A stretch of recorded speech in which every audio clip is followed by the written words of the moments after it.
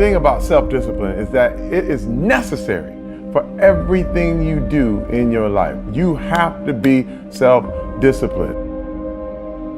Working out, you got to work out every day. You got to stay in shape. If you don't stay in shape, you die. When I'm working out, I always do one extra rep, one extra set, because it's a promise I kept to myself. But working out might not be a priority for every single day because you've got things going on in your business world and with your family and all that. So guess what? It's a priority for my life, so I do it in the morning before my day even starts. If you change your mindset and really focus it on what discipline really is, you start to welcome discipline. You welcome self-discipline into your life. And here's the biggest thing. It's a pattern. It's a pattern I keep of me. I always do a little extra. I always go the extra inch. And the quickest and easiest place to do it is the gym. Because I can always grab one more weight, one more set. And here's what it does. It shifts your identity. The benefit of discipline in my eyes has always been that through discipline, I get things done. I do it in the morning before my day even starts. So I can still handle the priorities for the day, but I got my workout done. So long term, I look up in a year and I'm not out of shape and breathing hard when I go up in the stairs because I maintain that discipline on a daily basis. Most people go through life never discovering what their talents are. Most people never develop their talents.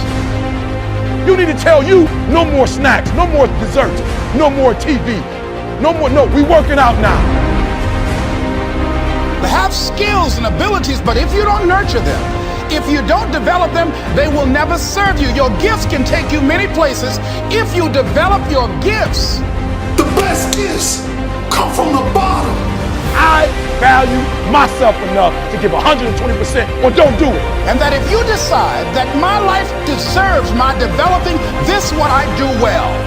Why are you only giving 50%? What's wrong with you? I grant you that if you begin to work to develop your gifts, you'll develop a strong sense of happiness. You'll get a larger vision of yourself, because part of beginning to get a larger vision of yourself, all of us need some area of our lives where we can have a feeling of competence. When other folk are having a good time, you've got to have the strength of character. You need to tell you that you owe you something. As you begin to develop and expand your skills and your talents and your vision of yourself, you will always be in control of your destiny. I want freedom. And for me, disciplining myself means more freedom.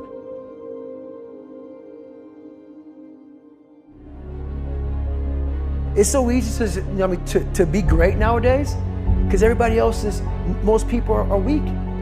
This is a softened generation. So if you have any mental toughness, any ability, if you have any fraction of self-discipline, the ability to not want to do it but still do it.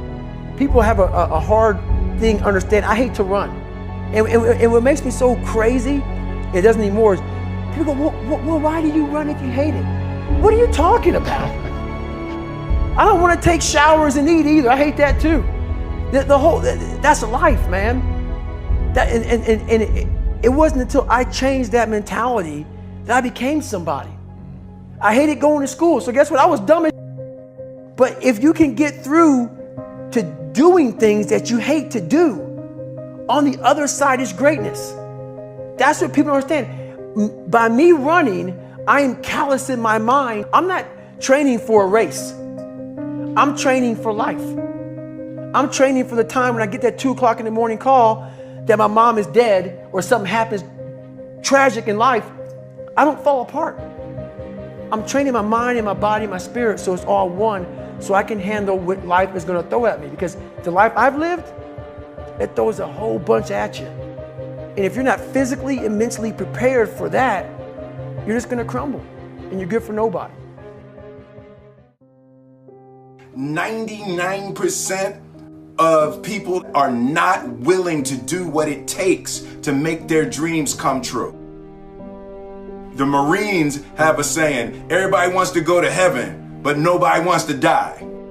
The center of bringing any dream into fruition is self-discipline. something as simple as food and eating. It's not about your body as much as it is about your mind. It's getting command of your mind to be able to choose actions that are in your own best interest. Every day we are choosing that's not in our own best interest. So if the world is attacking you and the world wants to fight you and the world's trying to hold you down, so you're gonna kick yourself in the balls? So you're gonna stop yourself from getting what you dream. And I think the word discipline has kind of gotten a bad name. We think about it in terms of punishment. I'm not talking about discipline in that way. I'm talking about discipline in the sense that you forego immediate pleasure for the exchange of long-term self-respect. I believe that self-discipline is the definition of self-love. That when you say that you love yourself, that means that you have behavior towards yourself that is loving. Self-discipline is the center of all material success. You cannot win the war against the world if you can't win the war against your own mind.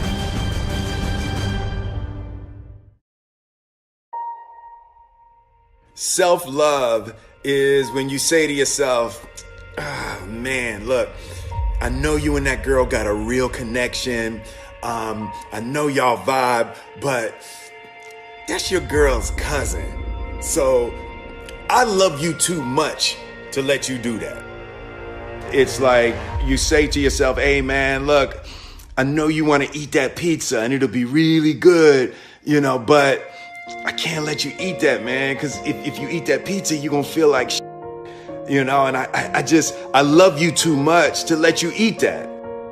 Self-love is, hey, look, I know you got a test on Monday, and I know you really want to go out with your friends. It's Saturday night, you want to go out, but if you fail that test, you're not going to feel good about yourself.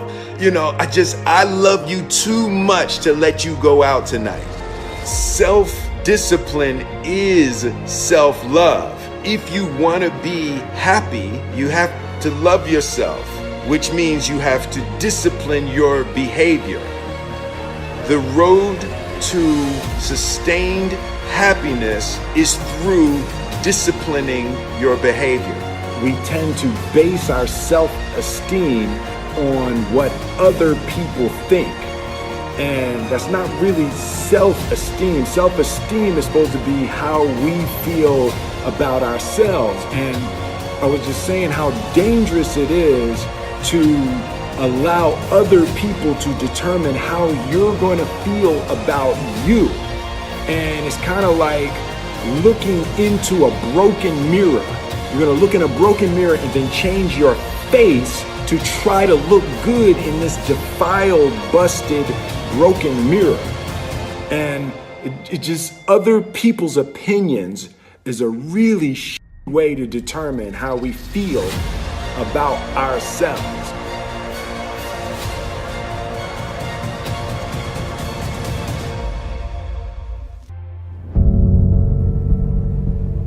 Life can be brutal. Life can be unforgiving. If I had to sum up in one word the difference between the greats and the average, the difference between the successful and the nobodies of the world, one word, one attribute to describe the difference: discipline. If you don't have the discipline, you can forget about the trophy. You can forget about the success, the greatness. All champions have discipline. It's the discipline to work hard.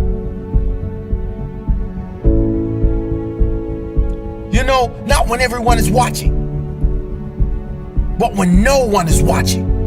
When the fans aren't there, when the coach isn't there, when it's just you and your character. The discipline to eat strong, healthy foods when you have other tempting options. When those around you might not be so strong. The discipline to say no when those around you choose to be average.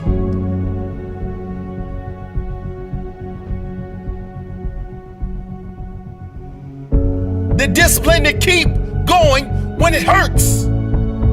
Because life doesn't give you what you want, it gives you what you deserve.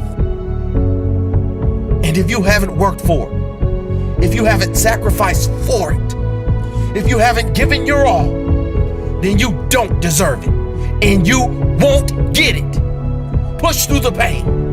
On the other side is growth. When pain comes, that means it's time to show character. Show me your character. Remain disciplined. Stay strong. When it all seems hopeless, keep plugging away. Nothing can stop you if you don't stop for anything. Don't stop for anything. Never break your discipline.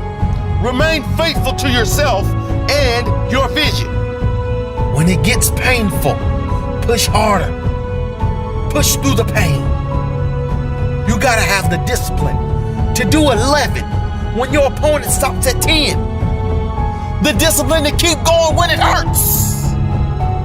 Because life doesn't give you what you want, it gives you what you deserve. And if you haven't worked for it, if you haven't sacrificed for it, if you haven't given your all, then you don't deserve it, and you won't get it. Show your character. Remain disciplined. Stay strong. Don't say why the pain. Don't say why me. Say try me. Say, is that all you've got? Give me more. Keep plugging away when there seems to be no hope of victory. When you don't see the results, hang in there. Be strong. Be brave. Remain disciplined. And your time will come.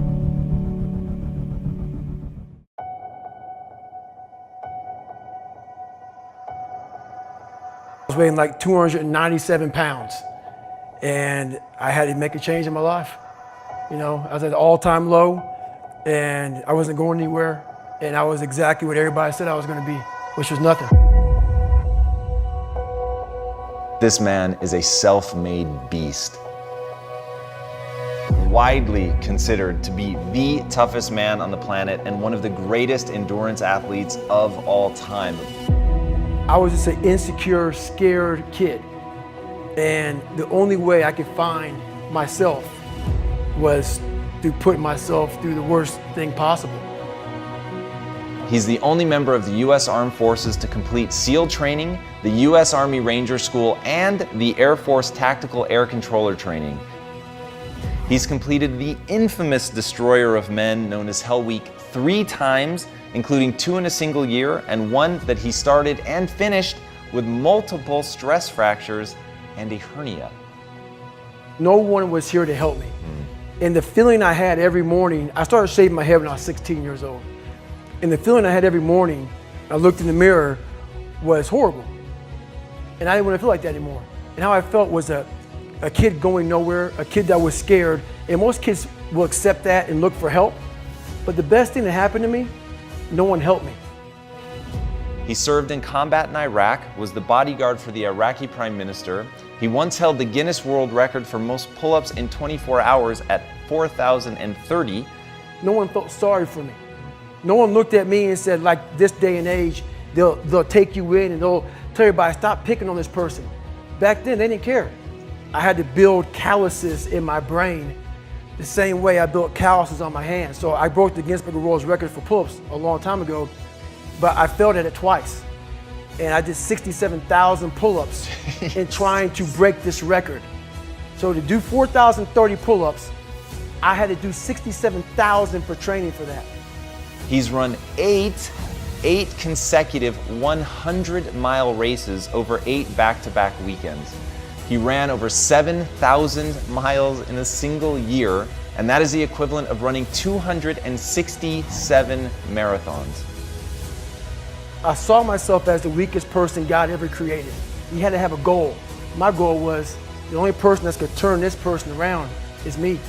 The only way I can turn it around is put myself through the worst things possible a human being can ever endure. And that'd be the only way that I can build this brain to handle anything that comes in front of it, callousing my mind through pain and suffering.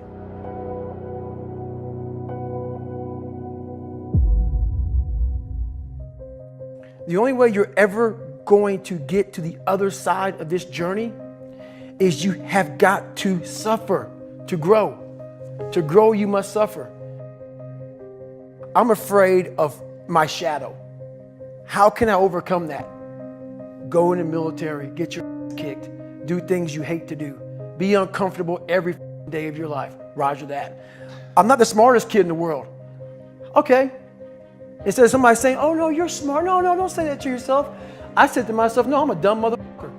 Okay, roger that. How you get smarter? Educate yourself. So the things that we run from the truth. We're running from the truth, man. So the only way I became successful was going towards the truth. As painful and as brutal as it is, it changed me. It allowed me to become, in my own right, who I am today. If you can, for the rest of your life, live inside of yourself, stop listening to people who are calling you fat, gay, transsexual. Everything that is makes no sense. All these insecure people putting their insecurities on you, you gotta flush it out. You gotta just be whoever the hell God or whatever the hell you believe in. If you believe in nothing but yourself, I don't care what it is.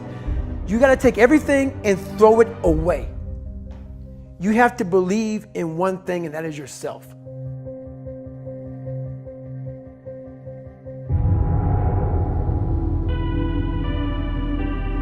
Around 97% of students are distracted by cell phones. Are you a part of that 97%? When you want to succeed as bad as you want to breathe, then you'll be successful.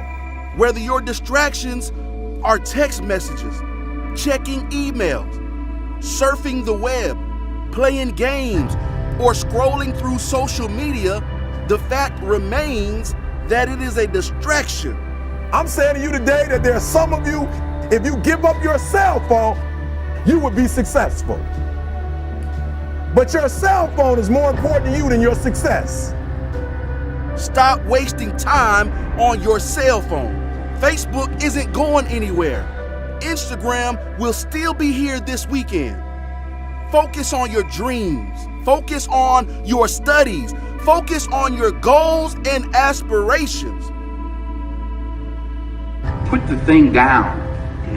Look up. You're missing stuff. What is the long-term effect of too much information? We don't know, but we're finding out. Focus on becoming a better you. A better you that is not distracted by unnecessary things. You gotta cut off the cell phone. You gotta, no TV. There were those of you who were watching the game last night, you really didn't have no business watching these boys win a national title, going to the NBA, making millions. You didn't have no business watching them because you're not where you need to be. One that is determined to succeed and not scroll. That is determined to prosper and not post. To grow all day and not game all day. Stop wasting time on your cell phone. And when you get to the point where all you want to do is be successful, as bad as you want to breathe, then you'll be successful. It's about you and your future. It's about your grades. It's about your dreams. Ultimately, it's about your life. The time you spend on your cell phone could be used for your success. The time you could be using to be successful, you're using it on the cell. And the cell phone is not bringing you nothing but a bill. Is your life more important than that app, than that game, that post? I need cell phones off. Listen to me. Some of you gonna be broke for the rest of your life because of that little thing on the side. You're gonna be broke for the rest of your life because of a little cell phone. We're so plugged into our cell phones that we become blind to the world around us. And somebody has told you you couldn't live without it. We can't take our eyes off the screen long enough to see the beauty of the world around us. It don't matter whose fault it is that something is broken if it's your responsibility to fix it. For example, it's not somebody's fault if their father was an abusive alcoholic, but it's for damn sure their responsibility to figure out how they're going to deal with those traumas and try to make a life out of it. It's not your fault if your partner cheated and ruined your marriage, but it is for damn sure your responsibility to figure out how to take that pain and how to overcome that and build a happy life for yourself. Fault and responsibility do not go together. It sucks, but they don't. When something is somebody's fault, we want them to suffer. We want them punished. We want them to pay. We want it to be their responsibility to fix it, but that's not how it works, especially when it's your heart. Your heart, your life, your happiness is your responsibility and your responsibility alone. As long as we're pointing the finger and stuck in whose fault something is, we're jammed and trapped into victim mode. When you're in victim mode, you are stuck in suffering. The road to power is in taking responsibility. Your heart, your life, your happiness is your responsibility and your responsibility alone. You can make a person smile, you can make a person feel good, you can make a person laugh, but whether or not a person is happy is deeply and totally and utterly out of your control. The prerequisite for spending time with any person is that they nourish and inspire you. They feed your flame. Look at your last 5 text messages. Are those people feeding your flames or dousing your fire? Put your phone down for just a second and look around. Look to the people around you. Are those people throwing logs on your fire or are they pissing on it?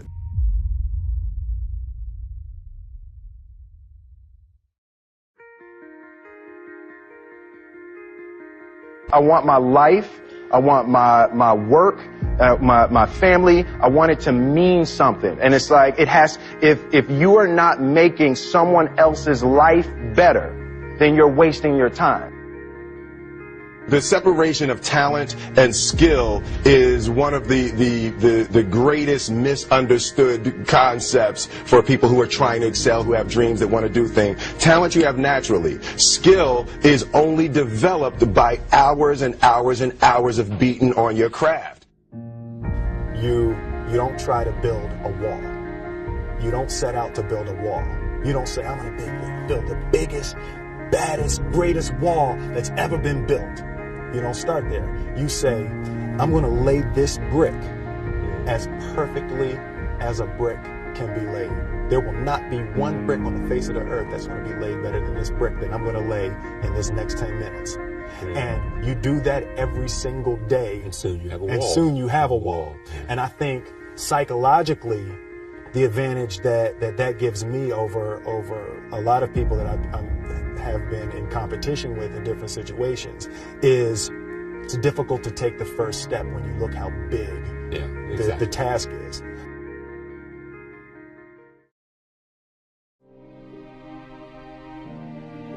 The definition of who I am is very clear to me, and it also redefines who I want to be, in that I know for a fact that I'm stronger than I thought I was. You know, you can't help but ask yourself the question, what would I do if I was in Muhammad Ali's shoes? I'm motivated by fear. I hate being scared to do something. And I think what developed in my early days was the attitude that I started attacking things that I was scared of? Why were you scared in your bed the night before? What do you need that fear for? Just don't go. Why are you scared in your bed 16 hours before you jump? Why are you scared in the car? Why could you not enjoy breakfast? Fear is fear of what? You're nowhere even near the airplane. Everything's up to the stepping out. There's actually no reason to be scared. It only just ruins your day. You don't have to jump. And then in that moment, all of a sudden, where you should be terrified is the most blissful experience of your life. And God placed the best things in life on the other side of terror.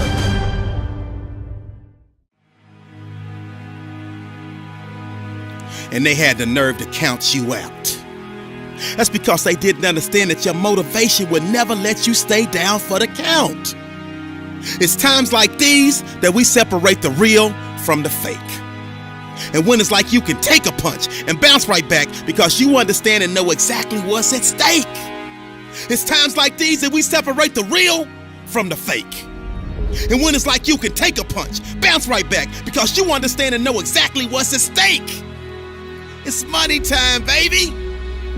And this is for all of the marbles. It's put up or shut up. Survive in advance. Win or go home. And that's why you spend all those hours grinding. That's why you spend all those hours pushing yourself to the limit. You spend all those hours running. That's why you spend all those hours sacrificing. You spend all those hours sweating because you know there will be no time for regretting, fretting, or letting yourself or your teammates down. See, you are bound and determined to enter into the realm of greatness that's reserved for you and only you. And so if the day ever comes that you're tired enough to quit, then I need you to act like a car with 4 flats and retire. I don't think you heard me. I said, if the day ever comes that you are tired enough to quit, then I need you to act like a car with 4 flats and retire. Next level success is reserved for those that are willing to not start counting the reps until it starts hurting. Not start counting the shots made until their arms are dead tired. Not start counting the sprints until they're already breathing hard. I heard a wise man say, it hurts, but it works. I say when it hurts, then and only then will you start receiving the perks, the accolades, the attaboys, the attagirls, the great jobs, the alley-oop lobs, the celebration parties with the lobster and shish kebabs, the hoisting of the banners, the sizing for the rings, the smiles, the hugs, and all of the love and respect in between. See, some of you out there, you in the dark. And you know what I need you to do for me when you're in the dark, right? Turn the lights on when I'm talking to you, because I don't think you heard me. I said next level success is reserved for those that are willing to not start counting the reps until it starts hurting. Not start counting the shots made until their arms are dead tired. Not start counting the sprints until they're already breathing hard. So just when they think you're about to throw in the towel, that's when I need you to recall all of the days that you went that extra mile. All of them days that your friends said you were foul, when you said you couldn't hang out because you were dialed in. You were locked in. You were in a zone. So you had to be strong because you knew the day would come when you would have to show the world that you could overcome any adversity, any obstacles, any hardships, any setbacks, because you were prepared for any and everything. And you understood that it would be impossible to run with them cheetahs when you're walking with the turtles. You understood that it would be impossible for you to run with the cheetahs when you were walking with the turtles. So your mindset is that of a track star, and that gives you the mental strength to leap over life's hurdles, to power through the speed bumps, to push through the roadblocks, and continue to grind past any and every obstruction that attempts to deter you from your ultimate goal of next level success. So the stresses of the world, you laugh at them. The dreams they say are out of your reach, you grab at them. The things they say you can't achieve, you take a stab at them. And when the bullies of life try to knock you out, you stick and move and you jab at them. I said the stresses of the world, you laugh at them. The dreams they say are out of your reach, you go and grab at them. The things they say you can't achieve, you take a stab at them. And when the bullies of life try to knock you out, you stick and move and you jab at them. And on the rare occasion that you take a punch from life and it knocks you down, you dig deep And then you dig deeper. And then you dig even deeper. Because you understand that this is the moment to pick yourself up. Push through with determination and grit. Because of all your resiliency, commitment, hard work, perseverance, you have now put yourself in position to show the world that you got that dog. And your inner dog has no quit. I said this is the moment to pick yourself up and push through with determination and grit. Because of all your resiliency, commitment, hard work, perseverance, you have put yourself in a position to show the world that you got that dog. And your inner dog has no quit. I hated jumping out of airplanes. I hated shooting guns. I hated the job as a Navy SEAL. But I did it because I wanted to change myself. Everything I do, I'm not really comfortable doing. But if you choose to go that route, to go be a Navy SEAL, you might as well go be the hardest mother in the world. Because if you're choosing to do something, you have two routes. You can go there and be a little weak person and get through barely, and that's your reputation. Or you can go through the hardest guy you can possibly be, and that's your reputation. So my whole thing is, if you're gonna choose to open that door in Iraq or Afghanistan, open the mother and go in hard. Because they're gonna remember you by slowly opening it and peeking in. So if you're gonna open it, and you made the mind to open it, don't crack it open. Open the door, go in. That's with life. If you're choosing to do something, attack it. Because they're gonna remember you as not attacking it. So I want to be remembered. You can hate me, but there's one thing you can't say about me. I didn't attack it. So that's the mentality to have. If you're gonna do something, you might as well attack it, because you can do it anyway. Right. Who on this earth would still be going right now? You are. You are.